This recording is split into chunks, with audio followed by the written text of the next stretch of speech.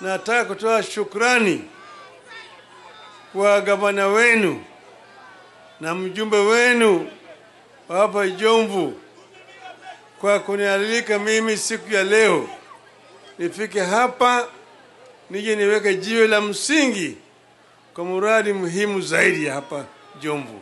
Hii mradi ambayo nimekuja hapa kuweka jiwe la msingi ni muhimu sana. Ati hapo sasa wale watoto wadogo ambao miaka 1 mpaka hadi miaka 5 wanaweza kuletwa hapa.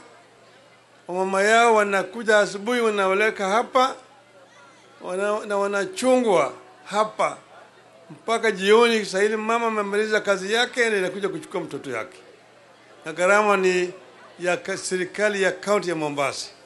Sio ni mzuri? Ndipo nimetoa shukrani sana.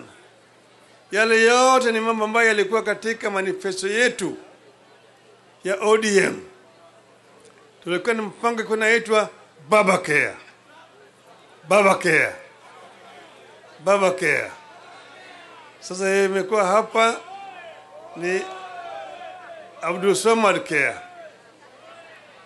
Ni mzuri, kitu mzuri sana. Mwaka wa kwanza tulipoingia na kushika uskani, tukawaambia wana Mombasa, waleteni watoto katika shule, tutawalisha watoto wetu bila ya malipo yoyote kwa mzazi, asilipe hata peni moja. Mwenyezi Mungu akatujalia kuanzia mwaka huu tukapeana amri ya kuafia mtoto wa chekechea ya serikali ya kaunti, serikali yake itamlipia fiili. Baadhi nyingine zilikuwa zinaendelea na nyingine zilikuwa hazijaweza kumalizika. Kwa zile ambazo tayari tulizimaliza, Shikadabu tulijenga na tukamaliza shule ya chekechea pale.